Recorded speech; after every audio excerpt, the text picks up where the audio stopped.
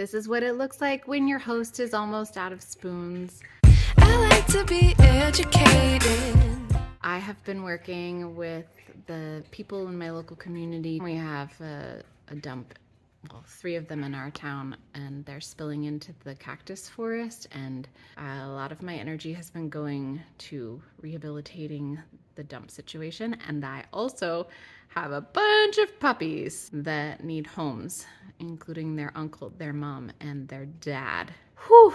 So a lot has been on my mind, including you, and I'm trying to figure out a way to express that, because every time I go to write and research, it feels really jammed up, like it needs to just come from here.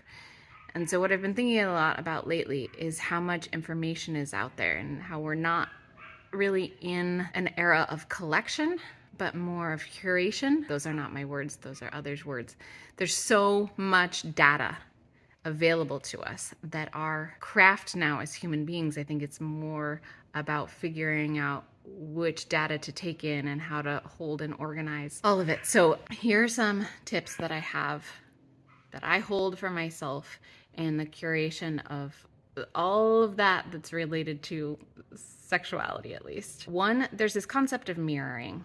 I don't know if that's the right term for it, but it's basically how if I'm having sex with someone and I want them to be more rough, maybe I'll like bite or scratch. I'm trying to show them what I want, but what ends up happening is that if that isn't communicated directly and they don't enjoy that experience on themselves, then they might go lighter on me in order to express or mirror that they would like it to be not claws and teeth. They will go lighter, and then I'll go rougher, and then they'll go lighter, and then I'll go rougher, and it will just be this awful miscommunication.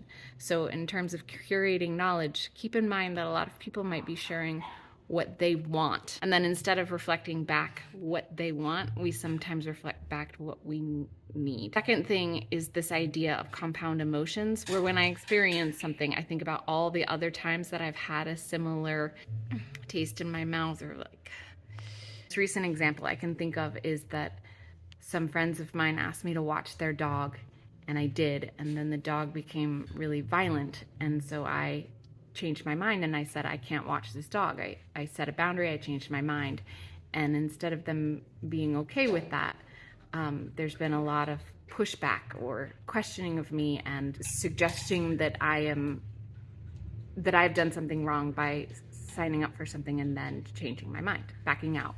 That it's not okay for me to reassess the situation and make different choices. And so then I'm thinking about all the other times in my life where I've committed to something and needed to change my mind to take care of myself or someone else, and I've been met with pushback. So what's troublesome about that when you have a negative experience is that you're not just going through the negative experience in and of itself, but many, many others. And so something that helps me curate that data is even the concept of compound emotions, where I can say, okay, just because I'm feeling this compounded, so it feels way, way bigger and more nasty, I can narrow it down and remind myself of this psychological tendency, and then go, okay, I'm going to curate the data, and I'm going to put all of the past in the past, and all of the present can just be its own solitary thing.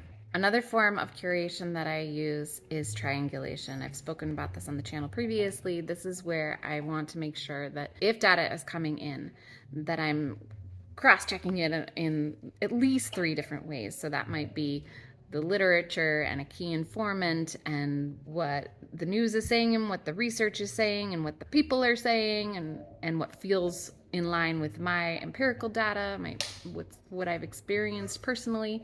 I'm going to triangulate that. And this is really important when it comes to sexuality and relationships. Systems like Instagram that have an algorithm that is just feeding me the things that it thinks and probably knows that I want to see. I want to get out of that silo effect and make sure that I am not just collecting data that's in line with my confirmation bias, what I already think, but also pushes outside of that, so that I'm not just sustaining a belief, like putting my heels in and qualifying that as the truth.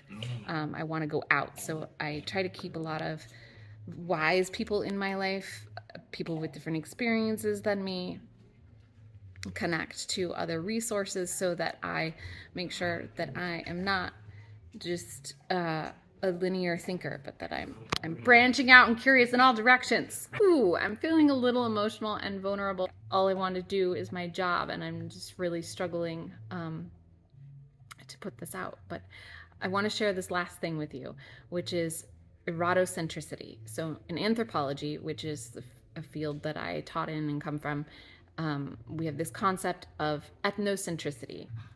Okay, I got the uncle who has been going after the babies and making so much noise. This is Pablo. He needs a home. Anyway, with ethnocentricity, we think that our culture's way of doing things is the way of doing things. So in America, we put our trash in bins at the end of our driveways, and someone picks them up and takes them to a landfill, and we don't have to think about it. And here, people put the trash on the ground outside on the street, wherever it works, some people. And there's a culture clash where the kind of outsiders think that the insiders should do it their way. This is ethnocentricity and is really important to keep in check. We do the same thing with sexuality, eratcentricity, where we think that our sexuality of our culture or our individual selves is what it should be for others. And so, we spend so much time judging, and that really gets in the way.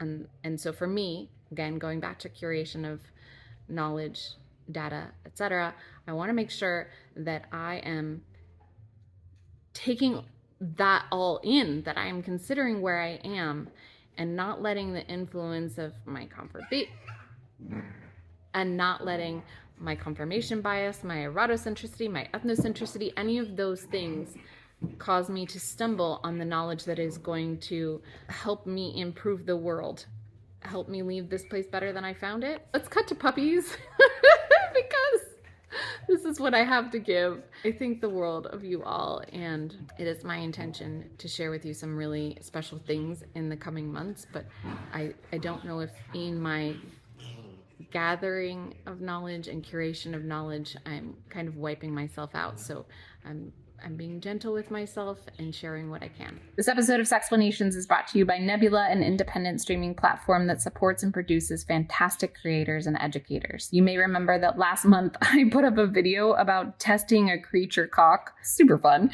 In fact, that was the original title, Testing a Creature Cock. To no one's surprise, YouTube immediately age restricted the video and turned off comments, and I spent the next few days manually turning the comments back on. Well, YouTube turned them off, and then I would turn them back on and then off. And then finally, I decided to make a YouTube-friendly title. It's a struggle trying to teach on YouTube when the platform consistently discriminates against sex education. Thankfully, on Nebula, I don't have to deal with any of that. On Nebula, I don't have to change my titles to be more ad-friendly, because on Nebula, there are no ads. It's cool that Nebula exists as a safe, fair place where voices and topics like sex aren't censored or discriminated against. I can type sexuality in the search engine. I can type sexuality in the search engine, and all this great content comes up, like Kat Black's hypersexuality after sexual violence and is BDSM always sexual, Jessie Gender's commentary on sexuality in Star Trek, and another one on Disney's animated short Turning Red about puberty, which I didn't even know existed. Thank you, Jessie. I got to torment myself with images from BioArc's Why Slug Sex is Just the Worst, and add selfing, sperm chowder, and love darts to my sexicon. And then there's my latest Nebula delivered fascination, fetishizing black men, which FDA signifier and Foreign Man in a Foreign Land discuss. Nebula is a great place to discover other video creators and podcasters who are making innovative and thoughtful content. It's ad-free, you get early video releases, and you get access to exclusive content like Nebula Originals. Joining Nebula allows you to support me and other educators so that we can teach you cool things in a safe place. I'm really grateful to Nebula, and I'm also really grateful to those of you who are already signed up and watching me there. Stay curious with me by signing up at nebula.tv/sexplanations or using the link below. You'll get 40% off annual plans, so less than $3 a month, and a portion of your subscription will go to supporting Sexplanations. Sexplanations!